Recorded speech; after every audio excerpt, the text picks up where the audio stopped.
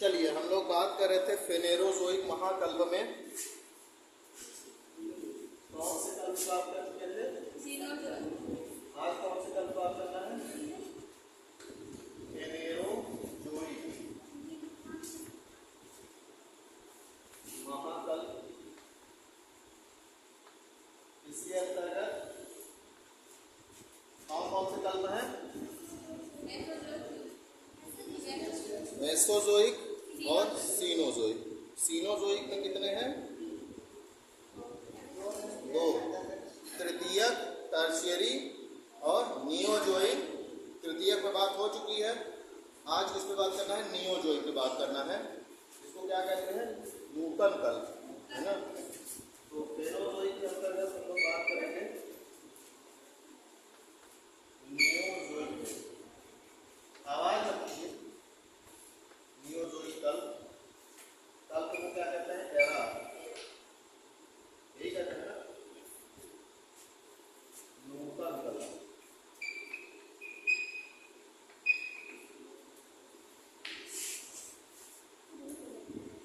तो नियोजोइक जो कल्प है इसमें कौन कौन से युग हैं? लायोसीन, प्लीस्टोसीन, होलोसीन। बना लीजिए, तीन युग हैं।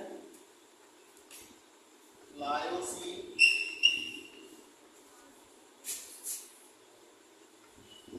प्लीस्टोसीन,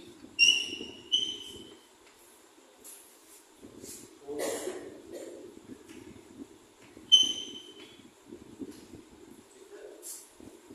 हम लोग जिस युग में रह रहे हैं वो है लायोसीन, प्लीस्टोसीन, होलोसीन। ठीक है, नियोजोइक। इसमें लिखिए, फिर समझते चलेंगे, लिखते चलेंगे साथ साथ। ये बना लीजिए सब लोग इसके नीचे ऐसे ही।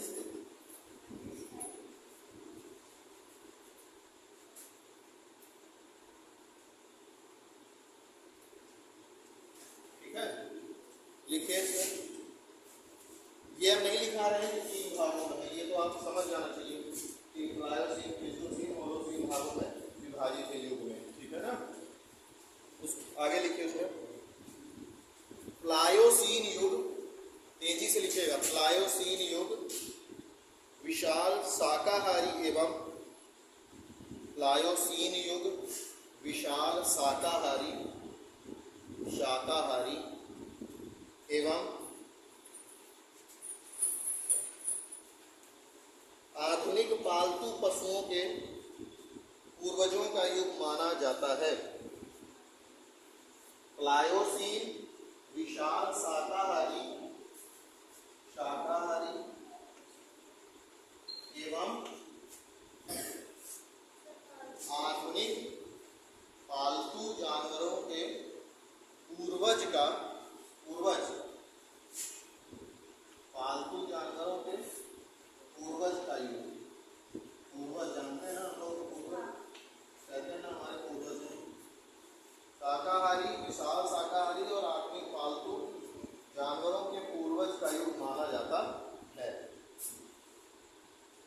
जैसे गाय हो गए, बैल हो गए, है ना, हाथी हो गया, सब शाकाहारी जीव है।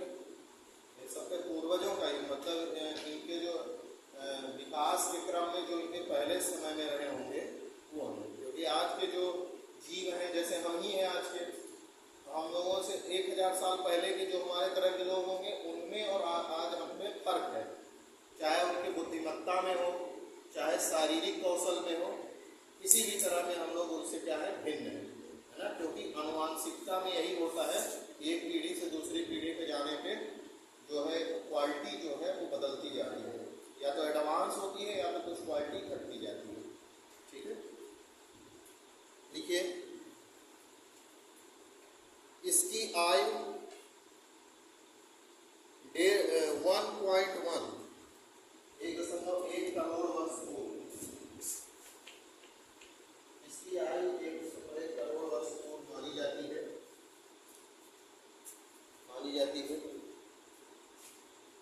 मानव के अंतिम पूर्वजों की कड़ी, मानव के अंतिम पूर्वजों की कड़ी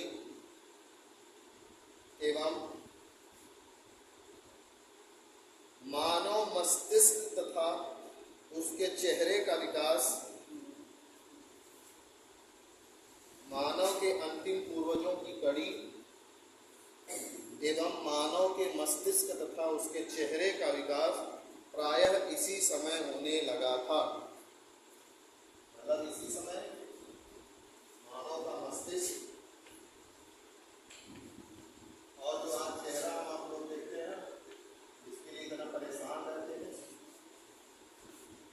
फेस वॉश, क्रीम, विभिन्न प्रकार के पाउडर तो इसको लगा लगा के एक परत बना लेते हैं, ये कहते हैं बहुत सुंदर लग रहा है। तो ये सब जो है इसका विकास जो है नायोसिन में हो रहा है ना, जो आज आप पाउडर लगा रहे हैं, तो ना होता तो ना लगा पाते। ठीक है, इस युग में अनेक नदियों का नवीन मार्ग निश्चित हुआ। इस युग में अनेक नदियों का नवीन मार्ग निश्चित हुआ।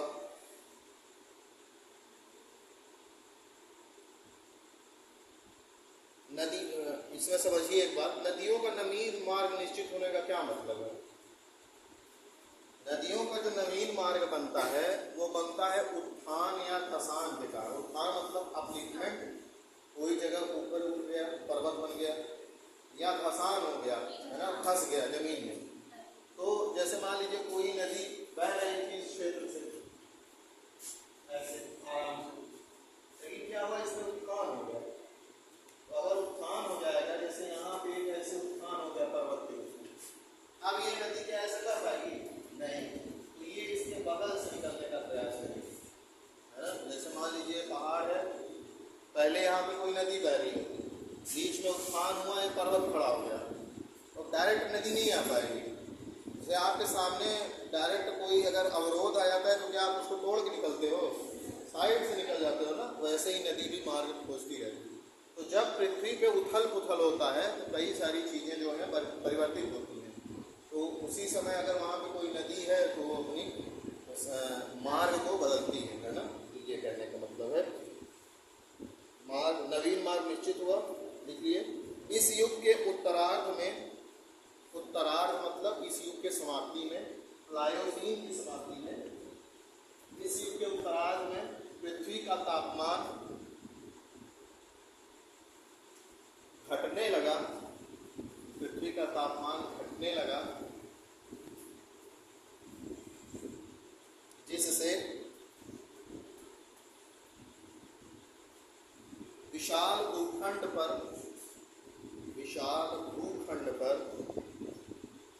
हिम का विस्तार हुआ। हिम का विस्तार हुआ, इसको क्या कहते हैं? हिम, आइस एज। ये कार्टून मूवी है आइस एज, देखे हैं कोई ना? आइस एज मूवी है, इसमें देखेंगे तो एक हाथी, एक शेर और एक गिलहरी टाइप का जानवर रहता है, उनका आइस एज का कहानी कई पार्ट में, अगर समय मिले तो देख लीजिएगा। तो तुम्हें समझ में आएगा कैसे जानवर जो हैं हिम युग के समय में एक जगह से दूसरे जगह जाते थे, कैसे हिम युग आता था। तो हिम युग क्या लिखे हैं? हिम युग का विस्तार हुआ, विस्तार हुआ।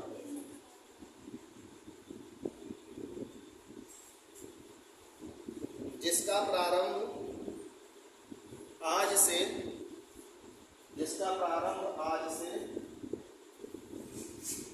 10 से 15 लाख वर्ष पूर्व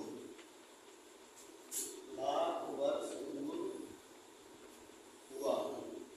जिसका प्रारंभ आज से 10 से 15 लाख वर्ष पूर्व हुआ। प्लायोसीन हिम युग कब आया?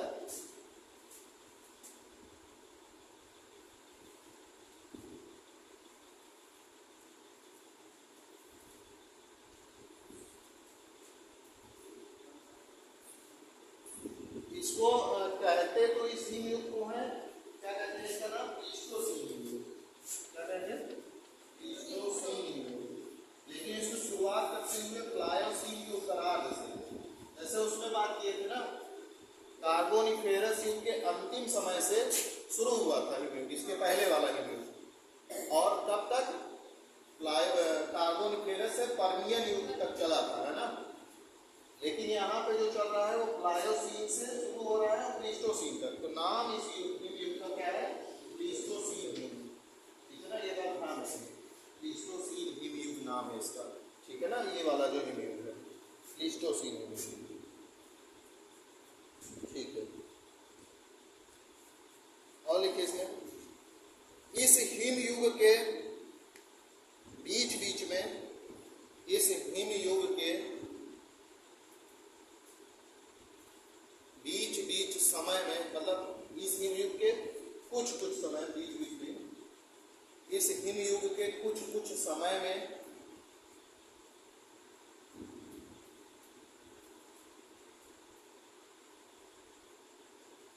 बर्फ का फैलाव, कुछ कुछ समय में बर्फ का फैलाव और साथ ही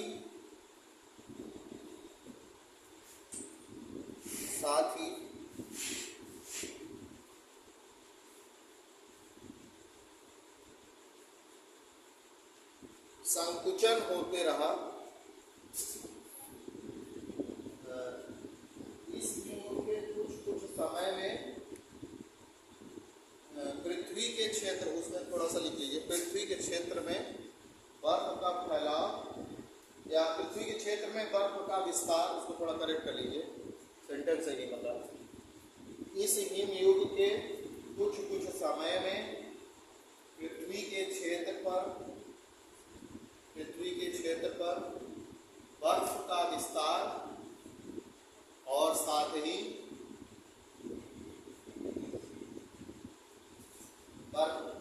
बर्फीले क्षेत्र में संकुचन, बर्फीले क्षेत्र में संकुचन होता रहा है, संकुचन होता रहा है। कहने का मतलब ये है, सुन लीजिए, कि जैसे ये प्लीस्टोसीन युग है ना, तो ये बहुत लंबा समय है, इसमें छोटे छोटे समय हैं। कुछ समय में पूरे पृथ्वी पर बर्फ पड़ रहा है, उसका विस्तार हो रहा है, लेकिन उसके कुछ समय बाद वह क्षेत्र घट रहा है। कैसे? अगर एक बार पृथ्वी पर तापमान घटेगा, कुछ समय में थोड़ा सा बढ़ेगा, तो जब बढ़ेगा तो बर्फ क्या होगी? पिघल जाएगी। फिर तापमान घटेगा तो फिर बर्फ जम जाएगी, फिर बढ़ेगा। तो ऐसे करके एक बार विस्तार हो रहा है बर्फीले क्षेत्र का, फिर थोड़े समय के लिए संकुचन हो जा रहा है क्षेत्र में, है ना, फिर बढ़ेगा फिर संकुचन होगा। तो ये 2-3 क्रम है इसके ऐसे ही। ठीक है,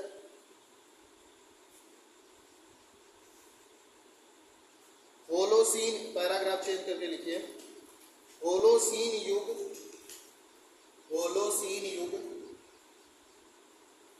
हिम युग के पश्चात का,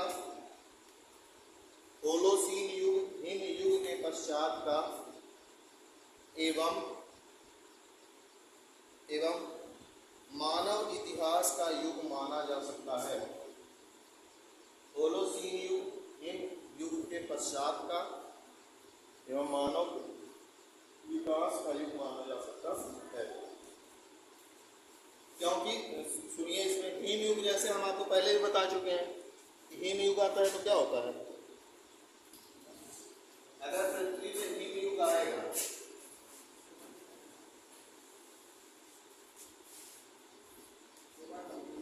ये विषुवत रेखा क्षेत्र है, ये कर्क रेखा है, ये मकर रेखा है, विषुवत रेखा 0 डिग्री की अक्षांश, कर्क रेखा 23.5 डिग्री उत्तरी अक्षांश, मकर रेखा 13.5 डिग्री दक्षिणी। सूर्य की किरणें जो होती हैं वर्ष भर, अगर यहाँ सूर्य है तो इस क्षेत्र और इस क्षेत्र के बीच में क्या होती है? लंबवत रहती है। सूर्य 6 महीने विषुवत रेखा और कर्क रेखा के बीच में होता है और 6 महीने विषुवत रेखा और मकर रेखा के बीच में होता है। बाकी क्षेत्रों में जो सूर्य की किरणें हैं वो तिरछी पड़ती है। तो सूर्य की किरणें जहाँ लंबवत पड़ती है वहाँ तापमान ज़्यादा होता है, ऊष्मा ज़्यादा मिलेगी उस जगह पे। जहाँ तिरछी होगी वहाँ पे ऊष्मा कम मिलेगा। इसीलिए आप देखते हैं कि इन क्षेत्रों में आज भी बर्फीले क्षेत्र पाए जाते हैं। ये उत्तरी ध्रुव और ये कौन सा ध्रुव? ये आर्कटिक क्षेत्र है, ये कौन सा है, अंटार्कटिक क्षेत्र है। यहाँ पे आज भी बर्फ क्या है, जमा हुआ रहता है हमेशा, है ना। तो जब हिम युग आया है पृथ्वी पे, तो इसमें से सबसे ज्यादा जो गर्म क्षेत्र होते हैं, मतलब जहाँ पे सूर्य की किरणें ज्यादातर लंबवत पर रहती हैं, वो ये क्षेत्र है ना।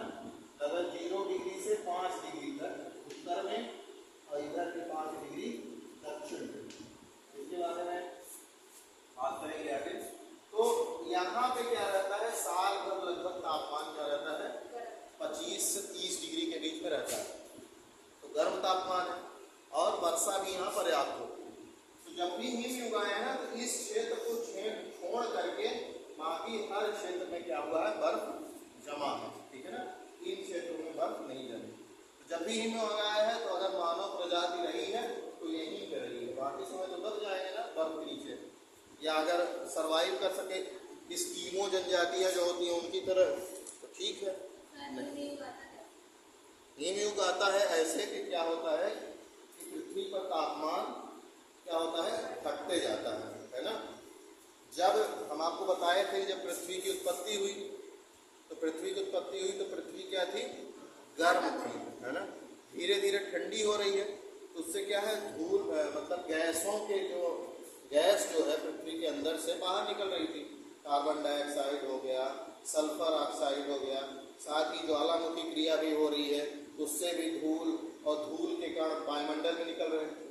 जब ये गर्म गैसें ऊपर की ओर उठती हैं और अगर इनमें साथ में आर्द्रता है, आर्द्रता मतलब वाष्प या नमी, ये ऊपर जब उठती हैं तो क्या होती है, ठंडी होती है। ठंडी होती है तो बादल बनाती है। उस समय पे जो ये बादल बनते थे, ऐसी स्थिति आई कि बहुत घने बादल बन गए पृथ्वी के चारों ओर। जब पृथ्वी के चारों ओर इतने घने बादल बन गए कि जो सूर्य की किरणें हैं वो क्या हो गई, पृथ्वी पर नहीं आ पा रही। हमारी ऊर्जा का सबसे बड़ा स्रोत क्या है, सूर्य है।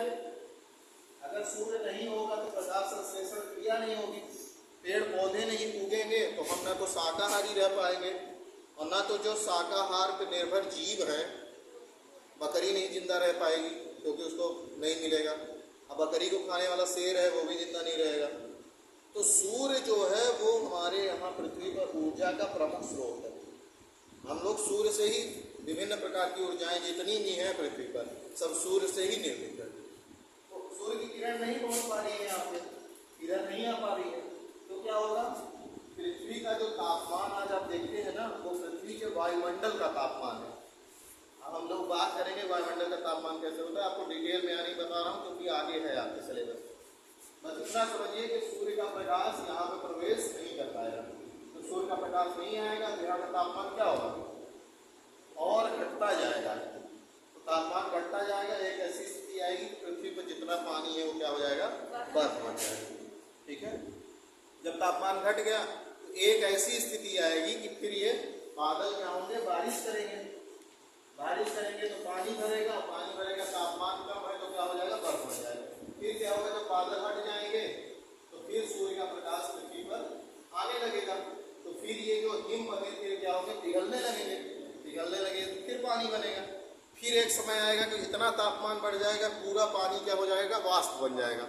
फिर बादल बनेंगे, फिर वही घेर लेंगे तो पृथ्वी का तापमान कम हो जाएगा, फिर बर्फ जमेगा। जैसे हम लोग किस युग में हैं, ग्लोबल वार्मिंग जिसको कहते हैं। एक हिम युग मतलब दो हिम युग के बीच में, जैसे एक हिम युग है और दूसरा हिम युग है, इसके बीच में तापमान क्या होता है, बढ़ता है, ठीक है। हिम युग से दूसरे हिम युग के बीच में तापमान बढ़ेगा तो क्या होता है, मान लीजिए यहाँ से तापमान बढ़ रहा है तो यहाँ हिम युग समाप्त हो गया है। जैसे हम लोग जिस युग में जी रहे हैं उसमें तापमान बढ़ रहा है। पूरा देश के भूगोल वेदता पूरी सरकारें परेशान है कि तापमान न बढ़ने पाए।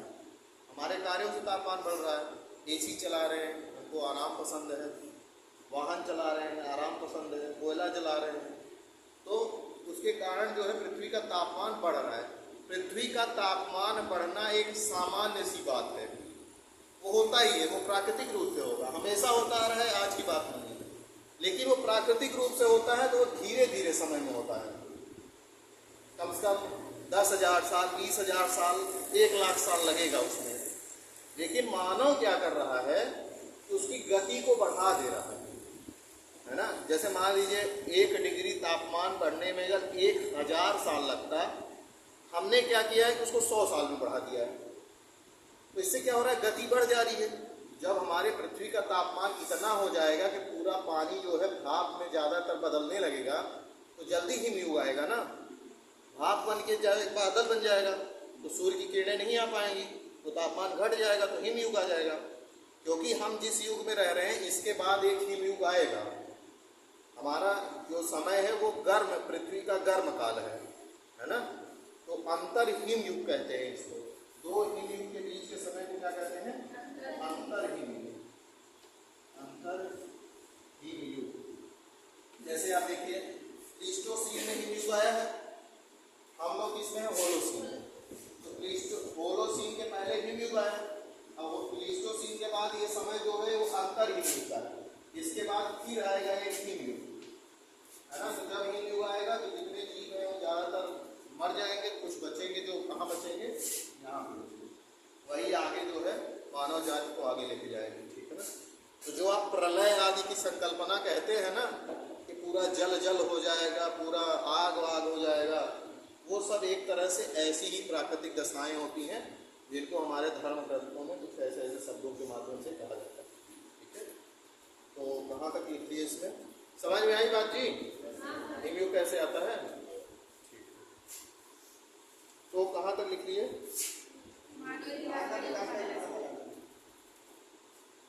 देखिए उसमें तापमान बढ़ने व घटने से,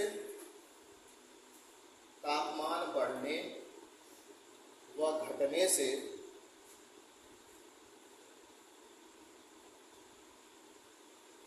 उष्ण व उष्ण गर्म,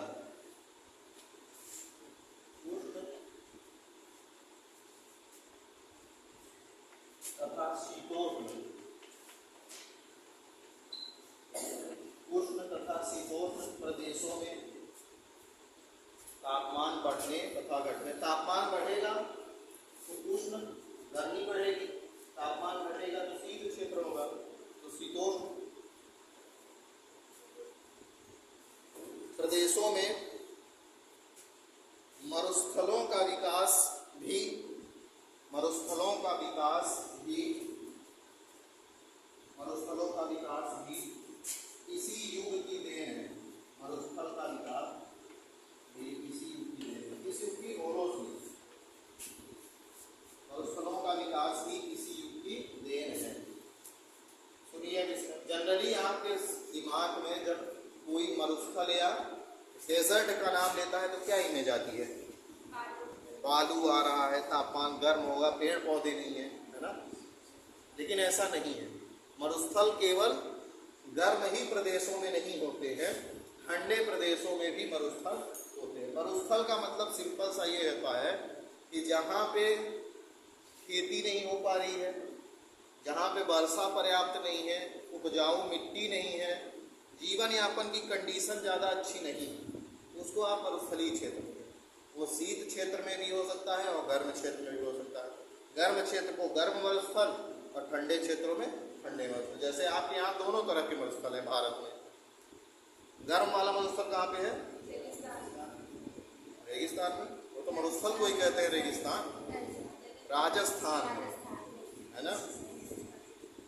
और ठंडा है कहाँ पे, लद्दाख में। लद्दाख आप जानते हैं ना, क्या है लद्दाख,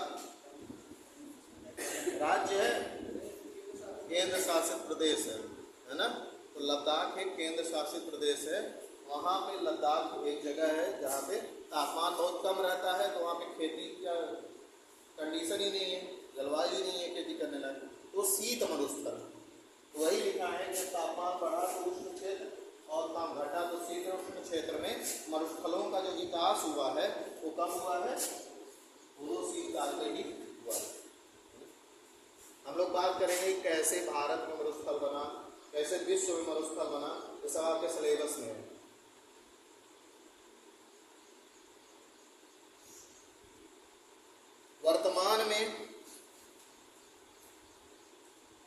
वर्तमान वर्तमान में उष्णता, उष्ण से बन गया उष्णता, वर्तमान में उष्णता, उष्णता मतलब गर्मी बढ़ने से, वर्तमान में उष्णता बढ़ने से हिमयुग के स्थायी चिन्ह, हिमयुग के स्थायी चिन्ह केवल, हिमयुग के स्थायी चिन्ह केवल, स्थायी चिन्ह केवल ग्रीनलैंड, ग्रीनलैंड तथा अंटार्कटिक, अंटार्कटिक, ग्रीनलैंड तथा अंटार्कटिक प्रदेशों में देखे जा सकते हैं, ग्रीनलैंड तथा अंटार्कटिक प्रदेशों में देखे जा सकते हैं।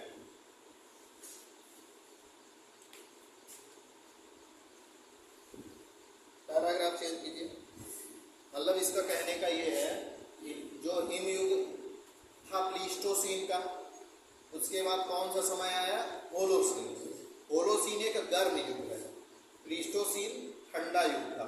होलोसीन के समय में तापमान बढ़ रहा है, ग्लोबल वार्मिंग हो रही है। ग्लोबल वार्मिंग एक प्राकृतिक कंडीशन है। समस्या वहाँ पे ये है कि हम उसकी कंडीशन को बढ़ा रहे हैं, तेज गति कर रहे हैं। जैसे कहते हैं ना कि बाइक चला रहे हैं तो अगर 20, 30, 45 पे चला रहे हैं 30 के बीच में तो नॉर्मल है, लेकिन हीरो बनने के चक्कर में 80, 90, 120 करते हैं तो गिर जाते हैं, तो मर जाते हैं, है ना। तो ऐसे ही हम लोग कर रहे हैं। जब प्रकृति जब चलती है अपने गति में तो नॉर्मल चलती है 20, 30, 40। हम लोग उसमें हीरो बनने के चक्कर में एसी यूज कर रहे हैं, फ्रिज यूज कर रहे हैं। घड़े का पानी पसंद नहीं आता है, फ्रिज का पानी चाहिए, बर्फ वाला चाहिए, है ना। कोल्ड कॉफ़ी पीनी है तो उसमें बर्फ डाल के पीनी है ना। कोल्ड ड्रिंक पीना है, हमारे जो प्राकृतिक रसास्वादन वाली चीज़ें थी उसमें मज़ा नहीं आ रहा है। आम का पना अब अच्छा नहीं लगता हमको, मैंगो वो क्या आता है वो बॉटल वाला फ्रूटी, ये सब जिसमें कि ना तो एक भी पीस मैंगो का रहता है ना तो कुछ रहता है, वो सब केमिकल है, लेकिन मज़ा हमको उसी में आ रहा है क्योंकि वो स्टेटस सिंबल है हमारा। किसी को हम पाना पीते हुए देखते, अरे बहुत पिछड़ा व्यक्ति है, ये पाना पी रहा है, गन्ने का रस पी रहा है, अरे ये तो बहुत पिछड़ा है, चलो रियल जूस पीते हैं एप्पल का जो कि 4 महीने पहले बना था। तो ये है जिसको कहते हैं आप वैश्वीकरण, ग्लोबलाइजेशन। जो कंपनियां हैं वो आपके दिमाग में ऐसा इमेज बना दी है कि अगर आप अमीर हैं, आपके पास पैसा है तो आप ये पीजिए, आप सभ्य कहे जाएंगे, अमीर कहे जाएंगे। जो नहीं पिएगा वो गरीब है, उसको समाज में बहुत तिरस्कृत तरीके से देखा जाएगा। ये उनका मार्केटिंग का तरीका है जिसमें हम लोग क्या करते हैं, फंस जाते हैं। हेल्थ के लिए बहुत नुकसान, उसमें सब चीज़ें जुड़ी हुई हैं। देखिए, अगर आप पुराना जूस पिएंगे 4 महीने पहले का, आपकी तबीयत खराब हो जाएगी। आप मेडिकल में जाएंगे, दवाई खरीदेंगे, फिर दवाई खाएंगे, आपका लीवर, किडनी सब खराब हो जाएगा। फिर जूस पिएंगे, फिर ये चक्र है, इससे सबका फायदा हो रहा है। उन जूस निर्माता कंपनियों का भी हो रहा है और उनका टाई अप है उन दवा बनाने वाली कंपनियों से, उनका भी फायदा हो रहा है। तो इसमें आपको नहीं फंसना है। और तो हम बात किस पे कर रहे थे? गति पे कर रहे थे। किसकी गति पे?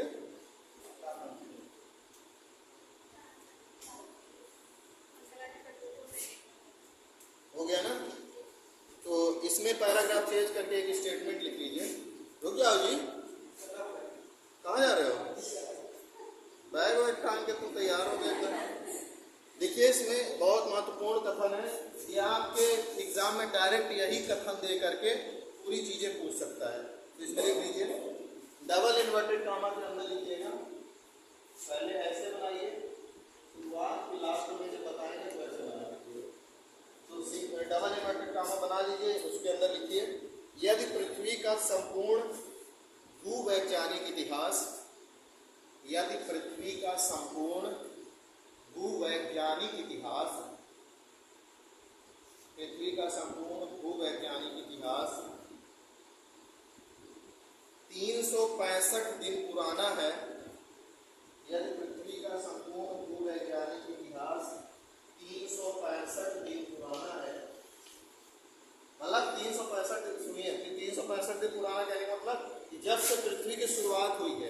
एजोइक महाकल्प, है ना, क्राइप्टोजोइक महाकल्प पहला है ना, क्राइप्टोजोइक महाकल्प, उससे लेकर के फेनेरोजोइक महाकल्प या होलोसीन युग तक का जो समय है उसको क्या मान रहे हैं, 365 दिन।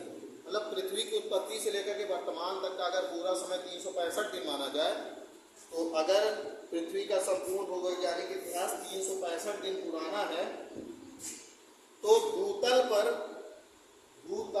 देखिए, उसमें भूतल पर मानव का विकास,